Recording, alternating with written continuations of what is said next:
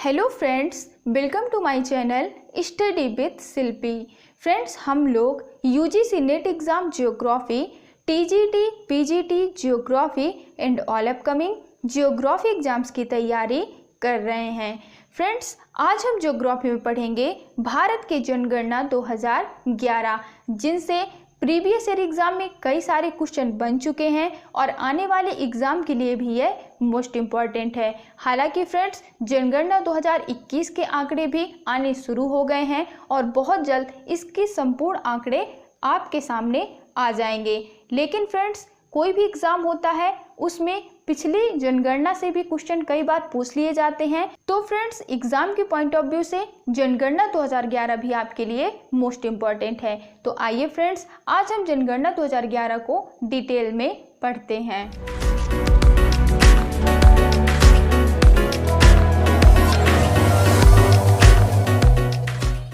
Okay friends, Bharat की जनगणना 2011।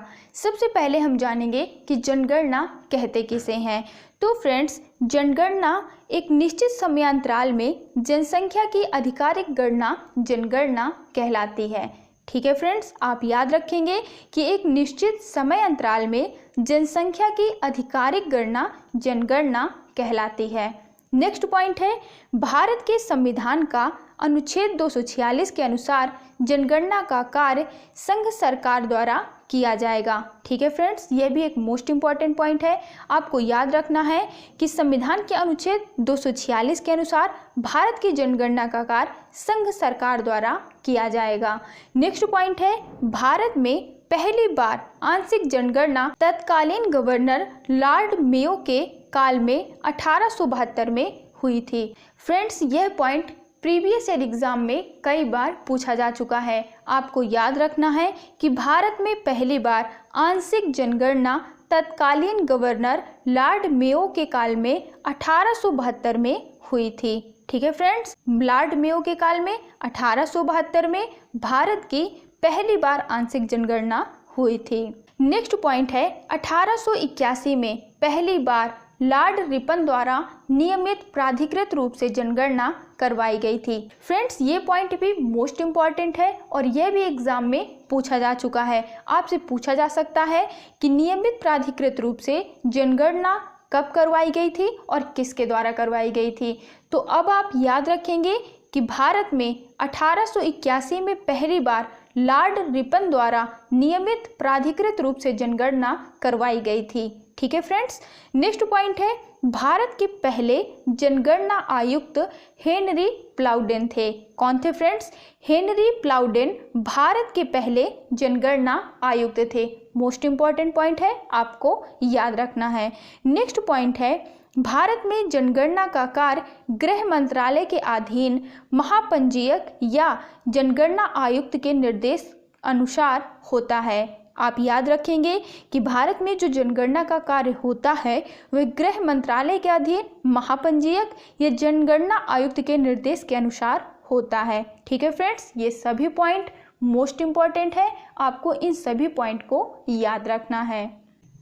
Next point है, भारत में 1911 से 1921 के दशक में जन्म वृद्धि दर न्यूनतम रही थी। यह वर्ष महाविभाजक वर्ष कहलाता है। फ्रेंड्स, यह भी एग्जाम में कई बार पूछा जा चुका है। आपको याद रखना है कि महाविभाजक वर्ष कौन सा वर्ष कहलाता है। तो फ्रेंड्स, भारत में 1911 से 1921 के दशक में जन्म वृद्धि दर न्यूनतम रही थी, इसलिए 1921 को महाविभाजक वर्ष कहा जाता है। नेक्स्ट पॉइंट है, वर्ष 1981 में वृद्धि दर अधिकतम रही थी। इस वर्ष को लघु विभाजक वर्ष कहा जाता है। ठीक है फ्रेंड्स, तो आपको याद रखना है कि वर्ष 1981 को लघु विभाजक वर्ष और वर्ष 1921 को महाविभाजक वर्ष कहा जाता है। नेक्स्ट पॉइंट है, आज़ाद भारत की पहली जनगणना 1951 में कराई गई थी। इसमें 14 सवाल शामिल थे। ठीक है फ्रेंड्स, तो आपको याद रखना है कि जब भारत स्वतंत्र हो गया, यानी आज़ाद भारत की पहली जनगणना 1951 में कराई गई थी और इस जनगणना में 14 सवाल शामिल किए गए थे। ठीक है फ्रेंड्स, नेक्स्ट पॉइंट है, वर्ष 2001 की जनगणना भारत की पहली पूर्ण कंप्यूटरीकृत जनगणना थी। फ्रेंड्स, आपसे एग्जाम में पूछा जा सकता है कि भारत की कौन सी जनगणना पूर्ण कंप्यूटरीकृत जनगणना थी। तो अब आप याद रखेंगे कि वर्ष 2001 की जनगणना भारत की पहली पूर्ण कंप्यूटरीकृत जनगणना थी। नेक्स्ट पॉइंट है, वर्ष 2011 में कराई गई जनगणना भारत की 15वीं जनगणना है तथा आज़ादी के बाद की 7वीं जनगणना है। यह भी एक मोस्ट इम्पॉर्टेंट पॉइंट है कि भारत की जो 2011 की जनगणना है वह भारत की 15वीं जनगणना है, लेकिन आज़ादी यानी स्वतंत्रता के बाद की 7वीं जनगणना है। और जो 2021 की जनगणना हुई है वह भारत की 16वीं जनगणना है और आज़ादी के बाद की 8वीं जनगणना है। ठीक है फ्रेंड्स, तो आपको इन दोनों ही पॉइंट को याद रखना है। नेक्स्ट पॉइंट है, जनगणना 2011 में 29 सवाल शामिल थे। ठीक है फ्रेंड्स, तो आपको याद रखना है कि जनगणना 2011 में 29 सवाल शामिल थे। फ्रेंड्स, अभी हमने पढ़ा कि भारत की जो पहली जनगणना 1951 में कराई गई थी उसमें 14 सवाल शामिल किए गए थे। इसके बाद जब 2011 में जनगणना करवाई गई उसमें 29 सवालों को शामिल किया गया। ठीक है फ्रेंड्स, तो आपको इन तीनों ही पॉइंट को याद रखना है कि 1951 में भारत की जनगणना में 14 सवाल शामिल थे, 2011 की जनगणना में कितने सवाल शामिल थे? 29 सवाल शामिल थे। नेक्स्ट पॉइंट है, वर्ष 2011 की जनगणना आयुक्त श्री चंद्रमौली थे। आपको याद रखना है कि 2011 की जो जनगणना हुई थी उसके जनगणना आयुक्त श्री चंद्रमौली थे। नेक्स्ट पॉइंट है, जनगणना 2011 का प्रथम चरण अप्रैल 2010 से सितंबर 2010 तक एवं द्वितीय चरण की अवधि 9 फरवरी से 5 मार्च 2011 तक थी। ठीक है फ्रेंड्स, आप याद रखेंगे कि जनगणना 2011 का प्रथम चरण अप्रैल 2010 से सितंबर 2010 तक चला था और इसका द्वितीय चरण 9 फरवरी से 5 मार्च 2011 तक चला था। नेक्स्ट पॉइंट है, इस कार्य में 27 लाख कर्मचारियों को लगाया गया था। उनके द्वारा देश के 640 जिलों के 7,938 शहरों व 6.41 लाख गाँव में जनगणना का कार्य किया गया था। ठीक है फ्रेंड्स, आपको याद रखना है कि जो 2011 की जनगणना हुई थी उसमें 27 लाख कर्मचारियों को लगाया गया था। इनके द्वारा देश के 640 जिलों, 7,938 शहरों और 6.41 लाख गाँव में जनगणना का कार्य किया गया था।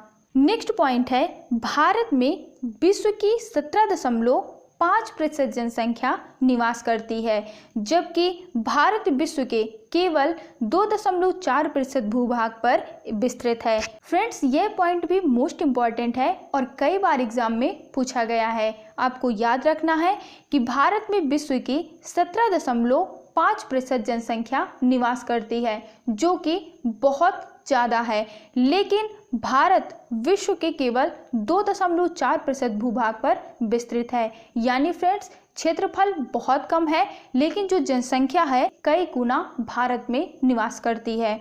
नेक्स्ट पॉइंट है, भारत की जनसंख्या America, Indonesia, Brazil, Pakistan, Bangladesh एवं जापान की कुल जनसंख्या के बराबर है। फ्रेंड्स, यह क्वेश्चन भी कई बार पूछा जा चुका है कि भारत की जनसंख्या किन देशों के बराबर है। तो अब आपको याद रखना है कि भारत की जनसंख्या America, Indonesia, Brazil, Pakistan, Bangladesh एवं जापान की कुल जनसंख्या के बराबर है। नेक्स्ट पॉइंट है, नागालैंड ऐसा एकमात्र राज्य है जहां जनसंख्या में कमी आई है। फ्रेंड्स, आपको याद रखना है कि जनगणना 2011 में नागालैंड ऐसा एकमात्र राज्य है जहां जनसंख्या में कमी आई है। नेक्स्ट पॉइंट है, भारत 2050 तक विश्व की सर्वाधिक जनसंख्या वाला देश बन जाएगा। फ्रेंड्स, कई रिपोर्ट और कई सर्वे के बाद यह कहा जा रहा है कि भारत 2050 तक विश्व की सर्वाधिक जनसंख्या वाला देश बन जाएगा, जो कि हमारे देश के विकास के लिए और हम सब के फ्यूचर के लिए बिल्कुल भी अच्छा नहीं है। क्योंकि फ्रेंड्स, जनसंख्या बढ़ने से कई तरह की समस्याएं भी बढ़ती हैं और जिसकी वजह से हमारे देश का और हम सब का विकास अवरुद्ध होने लगता है। नेक्स्ट पॉइंट है, भारत की कुल जनसंख्या कितनी है? 121 करोड़। नेक्स्ट पॉइंट है, विश्व की कुल जनसंख्या में भारत का प्रतिशत कितना है? 17.5%। नेक्स्ट पॉइंट है दशकीय जन्म वृद्धि दर कितनी है? तो फ्रेंड्स दशकीय जन्म वृद्धि दर 18.14 करोड़ यानी कि 17.7% है। नेक्स्ट पॉइंट है भारत में पुरुषों की जनसंख्या कितनी है? आपको याद रखना है कि भारत में पुरुषों की जनसंख्या 62.31 करोड़ है। नेक्स्ट पॉइंट है भारत में महिलाओं की जनसंख्या कितनी है? 58.47 करोड़। भारत में महिलाओं की जनसंख्या 58.47 करोड़ है। ठीक है फ्रेंड्स, तो ये सारे पॉइंट मोस्ट इंपॉर्टेंट है और एग्जाम में इनसे क्वेश्चन पूछे जाते हैं। नेक्स्ट पॉइंट है सर्वाधिक जनसंख्या वाले राज्य कौन कौन से हैं? आपको याद रखना है कि सर्वाधिक जनसंख्या वाले राज्यों में पहले नंबर पर उत्तर प्रदेश, दूसरे नंबर पर महाराष्ट्र, तीसरे नंबर पर बिहार, चौथे नंबर पर पश्चिम बंगाल और पांचवें नंबर पर आंध्र प्रदेश का स्थान आता है। ठीक है फ्रेंड्स, तो सर्वाधिक जनसंख्या वाले 5 राज्य हैं उत्तर प्रदेश, महाराष्ट्र, बिहार, पश्चिम बंगाल और आंध्र प्रदेश। नेक्स्ट पॉइंट है न्यूनतम जनसंख्या वाले राज्य। फ्रेंड्स आपको याद रखना है कि न्यूनतम जनसंख्या वाले 5 राज्यों में सबसे पहले स्थान पर आता है सिक्किम, दूसरे स्थान पर आता है मिजोरम, तीसरे स्थान पर आता है अरुणाचल प्रदेश, चौथे स्थान पर आता है गोवा और पांचवें स्थान पर आता है नागालैंड। ठीक है फ्रेंड्स, तो न्यूनतम जनसंख्या वाले 5 राज्य हैं सिक्किम, मिजोरम, अरुणाचल प्रदेश, गोवा और नागालैंड। नेक्स्ट पॉइंट है सर्वाधिक जनसंख्या वाला राज्य कौन है? भारत का सर्वाधिक जनसंख्या वाला राज्य है उत्तर प्रदेश। नेक्स्ट पॉइंट है न्यूनतम जनसंख्या वाला राज्य। भारत का न्यूनतम जनसंख्या वाला राज्य है सिक्किम। नेक्स्ट पॉइंट है सर्वाधिक जनसंख्या वाला जिला। तो भारत का सर्वाधिक जनसंख्या वाला जिला है ठाणे जो कि महाराष्ट्र में स्थित है। नेक्स्ट पॉइंट है न्यूनतम जनसंख्या वाला जिला। तो भारत का न्यूनतम जनसंख्या वाला जिला है दिबांग घाटी जो कि कहाँ है? अरुणाचल प्रदेश में है। ठीक है फ्रेंड्स, ये सभी पॉइंट मोस्ट इम्पॉर्टेंट है। आपको याद रखना है कि भारत का सर्वाधिक जनसंख्या वाला राज्य उत्तर प्रदेश है, भारत का न्यूनतम जनसंख्या वाला राज्य सिक्किम है, भारत का सर्वाधिक जनसंख्या वाला जिला ठाणे महाराष्ट्र में है और भारत का न्यूनतम जनसंख्या वाला जिला दिबांग घाटी अरुणाचल प्रदेश में स्थित है। नेक्स्ट पॉइंट है जनसंख्या घनत्व। भारत का जनसंख्या घनत्व 382 व्यक्ति प्रति वर्ग किलोमीटर है। आपको याद रखना है कि भारत का जनसंख्या घनत्व 382 व्यक्ति प्रति वर्ग किलोमीटर है। नेक्स्ट पॉइंट है सर्वाधिक घनत्व वाले राज्य। आप याद रखेंगे कि सर्वाधिक घनत्व वाले राज्यों में पहले स्थान पर आता है बिहार, दूसरे स्थान पर आता है पश्चिम बंगाल, तीसरे स्थान पर आता है केरल, चौथे स्थान पर आता है उत्तर प्रदेश और पांचवें स्थान पर आता है हरियाणा। फ्रेंड्स ये कई बार एग्जाम में पूछा जा चुका है, इसलिए आपको इन 5 राज्यों के नाम याद रखने हैं। नेक्स्ट पॉइंट है न्यूनतम घनत्व वाले राज्य। आपको याद रखना है कि भारत के न्यूनतम जनसंख्या घनत्व वाले राज्य है पहले नंबर पर अरुणाचल प्रदेश, दूसरे नंबर पर मिजोरम, तीसरे नंबर पर सिक्किम, चौथे नंबर पर नागालैंड, पांचवें नंबर पर हिमाचल प्रदेश। फ्रेंड्स यह भी एग्जाम में कई बार पूछा जा चुका है। आपको याद रखना है कि भारत का सर्वाधिक जनसंख्या घनत्व वाला राज्य है बिहार और भारत का न्यूनतम जनसंख्या घनत्व वाला राज्य है अरुणाचल प्रदेश और अरुणाचल प्रदेश का जनसंख्या घनत्व है 17 व्यक्ति प्रति वर्ग किलोमीटर। नेक्स्ट पॉइंट है सर्वाधिक घनत्व वाला जिला कौन सा है? उत्तर पूर्वी दिल्ली। सर्वाधिक घनत्व वाला जिला उत्तर पूर्वी दिल्ली है। नेक्स्ट पॉइंट है न्यूनतम घनत्व वाला जिला। आपको याद रखना है कि भारत का न्यूनतम जनसंख्या घनत्व वाला जिला दिबांग घाटी अरुणाचल प्रदेश में स्थित है। ठीक है फ्रेंड्स, तो आपको इन दोनों ही पॉइंट को याद रखना है। भारत का सर्वाधिक जनसंख्या घनत्व वाला जिला उत्तर पूर्वी दिल्ली है और भारत का न्यूनतम जनसंख्या घनत्व वाला जिला दिबांग घाटी अरुणाचल प्रदेश में स्थित है। नेक्स्ट पॉइंट है लिंगा अनुपात। भारत में लिंगानुपात 943 है प्रति 1000 पुरुषों में। ठीक है फ्रेंड्स, तो आप याद रखेंगे कि भारत का लिंगानुपात 943 है। नेक्स्ट पॉइंट है सर्वाधिक लिंगानुपात वाले राज्य।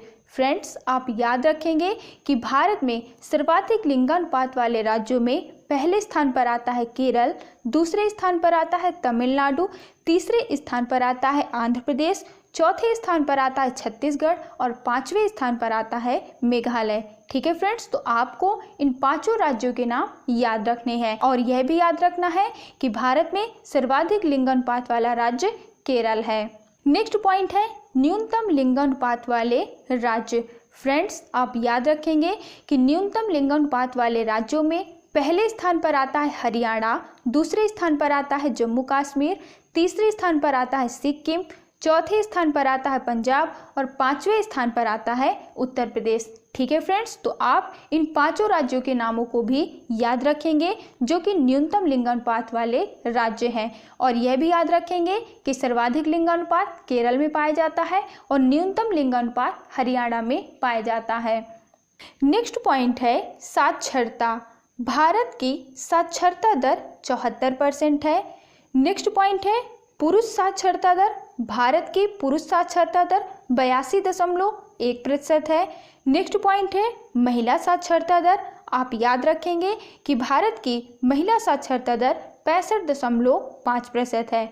नेक्स्ट पॉइंट है सर्वाधिक साक्षरता दर वाले राज्य। ठीक है फ्रेंड्स, तो आप याद रखेंगे कि भारत में सर्वाधिक साक्षरता दर वाले राज्यों में पहले स्थान पर आता है केरल, दूसरे स्थान पर आता है मिजोरम, तीसरे स्थान पर आता है गोवा, चौथे स्थान पर आता है त्रिपुरा और पांचवें स्थान पर आता है हिमाचल प्रदेश। ठीक है फ्रेंड्स, तो आपको इन पांचों राज्यों के नाम याद रखने हैं जो कि सर्वाधिक साक्षरता दर वाले राज्य हैं। और इसके अलावा भारत की सर्वाधिक साक्षरता दर वाला राज्य जो कि पहले स्थान पर है केरल, इसे तो आपको विशेष तौर से याद रखना है। नेक्स्ट पॉइंट है न्यूनतम साक्षरता दर वाले राज्य।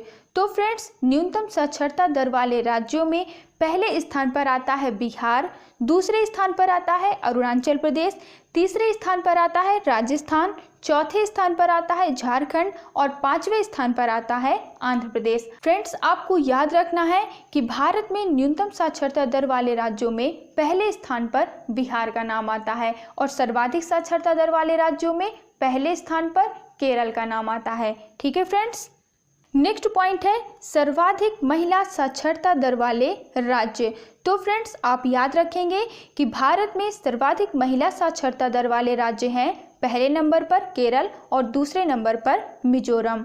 नेक्स्ट पॉइंट है सर्वाधिक पुरुष साक्षरता दर वाले राज्य। आप याद रखेंगे कि भारत में सर्वाधिक पुरुष साक्षरता दर वाले राज्य में पहले स्थान पर केरल का नाम आता है और दूसरे स्थान पर मिजोरम का। यानी फ्रेंड्स, महिला साक्षरता और पुरुष साक्षरता इन दोनों में ही केरल पहले स्थान पर है और मिजोरम दूसरे स्थान पर है।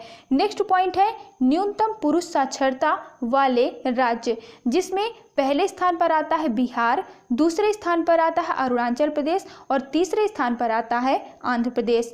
नेक्स्ट पॉइंट है न्यूनतम महिला साक्षरता दर वाले राज्य, जिसमें पहले स्थान पर राजस्थान आता है और दूसरे स्थान पर बिहार आता है और तीसरे स्थान पर झारखंड का नाम आता है। ठीक है फ्रेंड्स, तो आपको इन सभी पॉइंट को याद रखना है। नेक्स्ट पॉइंट है सर्वाधिक साक्षरता दर वाला जिला। आप याद रखेंगे कि भारत का सर्वाधिक साक्षरता दर वाला जिला है सरचिप, जो कि मिजोरम में स्थित है। नेक्स्ट पॉइंट है न्यूनतम साक्षरता दर वाला जिला। फ्रेंड्स, आपको याद रखना है कि भारत का न्यूनतम साक्षरता दर वाला जिला है अलीराजपुर, जो कि मध्य प्रदेश में स्थित है। नेक्स्ट पॉइंट है केंद्र शासित प्रदेश से जुड़े जनगणना आंकड़े, जिसमें सबसे पहला पॉइंट है सर्वाधिक जनसंख्या वाला केंद्र शासित प्रदेश। आपको याद रखना है कि सर्वाधिक जनसंख्या वाला केंद्र शासित प्रदेश है दिल्ली।